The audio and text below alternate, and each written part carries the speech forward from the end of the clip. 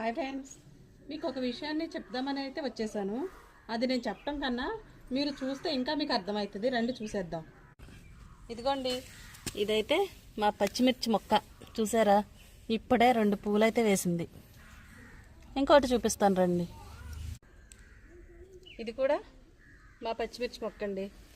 చూసారా ఎన్ని కాయలు ఉన్నాయో. ఇవి మధ్య మధ్యలో పిల్లలు కోసేస్తున్నారు, మా వారు కోసేస్తున్నారు.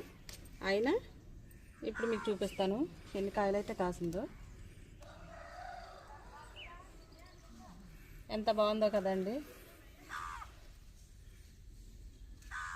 మా వారైతే ఫ్రెష్గా అప్పటికప్పుడు కొయ్యటం, వేసేసుకోవటం ఫ్రైడ్ రైస్లో, పులిహోరలో ఇలాగా.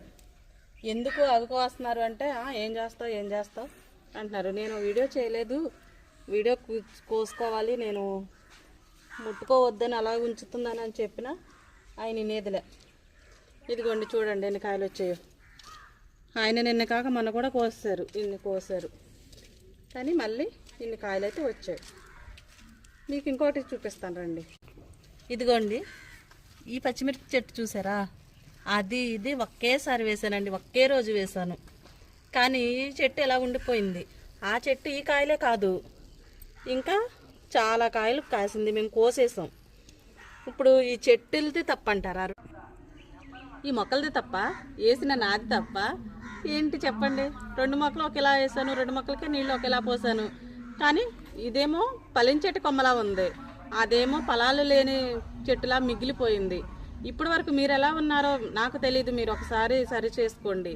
ఇప్పటికైనా సరే మన పాత జీవితాన్ని వదిలేద్దాం, కొత్తగా ఫలించేటి కొమ్మలాగా మారదాం. ఎందుకంటే ఇప్పుడు ఈ చెట్టు ఎన్నో కాయలు కాసింది. నేను చెప్తున్నాను కదా, మా వారు కోసిన నేను చూస్తున్నాను కదా. ఆ చెట్టుకి ఒక్క కాయ కూడా లేదు. దాన్ని ఎందుకు వేస్ట్, తీసేస్తాను, పీకేస్తాను అంటున్నారు మా వారు. దేవుడు కూడా ఒకనొక రోజు నీ దగ్గర ఫలాలు లేవు, ఫలభరితమైన జీవితం లేదు, నువ్వెందుకు నిన్ను తీసేస్తానని ఆయన సంతాపం చెందకూడదు. మనల్ని బట్టి ఆలోచించండి. ఇప్పటికైనా సరే మారండి, మంచిగా జీవించడానికి ట్రై చేయండి. నేను కూడా ఇప్పటివరకు ఎలా ఉన్నానో నన్ను నేను సరి చేసుకుంటున్నాను. వీలైతే మీరు కూడా సరి చేసుకోండి. వీడియో నచ్చితే లైక్ చేయండి, షేర్ చేయండి, సబ్స్క్రైబ్ చేయండి. బాయ్ అండి.